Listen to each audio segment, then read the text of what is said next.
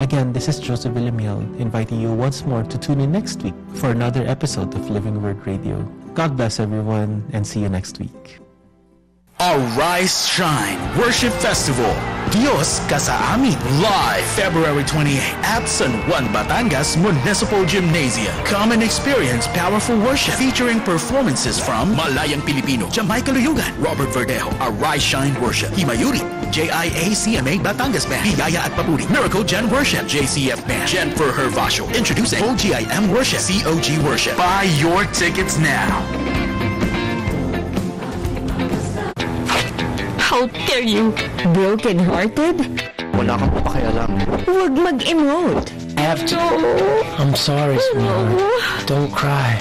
All love and light ang hatid namin sa inyo ngayong buwan ng puso dito lang sa Christian Cinema. 4 na kabataan ang gagamitin ng Diyos upang magsilbing liwanag sa mga naliligaw ang landas. All things new. Hindi ito ang tamang gawain ng isang disipulo ni Jesus. Mapapatawad mo ba ako? Masusubok ang pananampalataya ni P habang ipinapamuhay at ipinakikilala si Jesus sa isang grupo ng kabataan sa For Pete's Sake. God has a plan for our world, and God has a plan for the human race, and God has a plan for you. Sa pagpanaw ng kanilang kaibigan, 9 na magkakaibigan ay magsasama muli.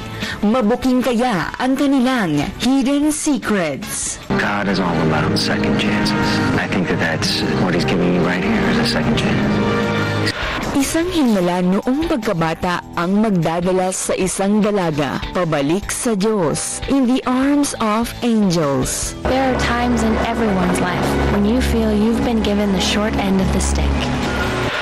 Matapos maging paralitiko sa isang aksidente, paano siya gagamitin ng Diyos upang mapagpala ang ibang tao? Ito ang kwento ni Johnny.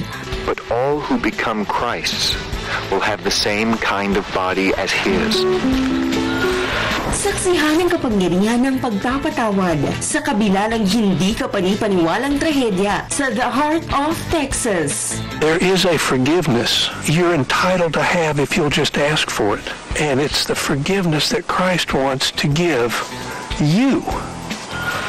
Maaari bang talunin ng kapangyarihan ng pagpapatawad ang pagmamataas o patuloy na mawawasak ang kanyang pamilya? Heartwood Dagger. Our heart by itself is dirty, and only God can make it beautiful. Mapupuno ka ng love and joy sa panonood ng mga pelikula dito sa Christian Cinema.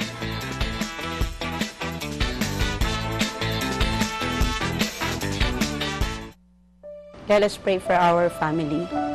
Dakilang Ama, itinataas namin sa inyo ang bawat pamilya na nananampalataya kami, O Lord God, na patuloy mong bibigyan ng guidance and protection, Panginoon, ng bawat pamilya. Napakagandang makita na buo, Panginoon, ang buong miyembro ng pamilya, O Lord God. Ngunit nakalulungkot, may mga ilan dakilang Diyos na nawalan ng kanilang mga mahal sa buhay. I-comfort mo po, Panginoon, ang mga taong ito, O Lord God. Father, in Jesus' name, we also pray yung mga kabataan, Panginoon, na nalululong sa mga masasamang bisyo. Mga bata, Panginoon, na, Lord God, sila po ay nagdadalang tao na, Lord God. Lord, kahabagan mo po sila. Dalangin po namin ang kanilang mga magulang ay maging ehemplo, maging determinado, Panginoon, sa kanilang mga responsibilidad bilang mga magulang. Pagpalain mo, Panginoon, ang pamilyang Pilipino, Lord God, at dalangin po namin maging sentro sa Jesus sa kanilang buhay. Sa iyo pong lahat mapuri sa pangalan ni Jesus. Amen. Ngayong gabi sa Light TV. Shuffle, The Living Word, Worship, Word, and Wonders. Dito lang yan sa Light TV, God's Channel of Blessings.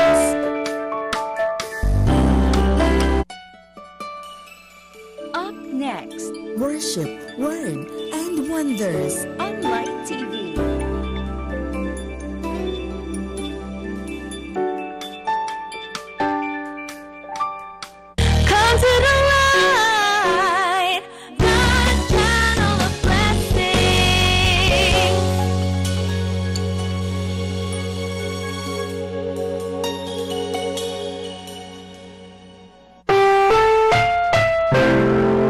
susunod na programa ay rated PG.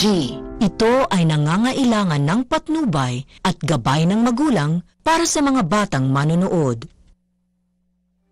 And never I will sing, only you will I adore. Glorify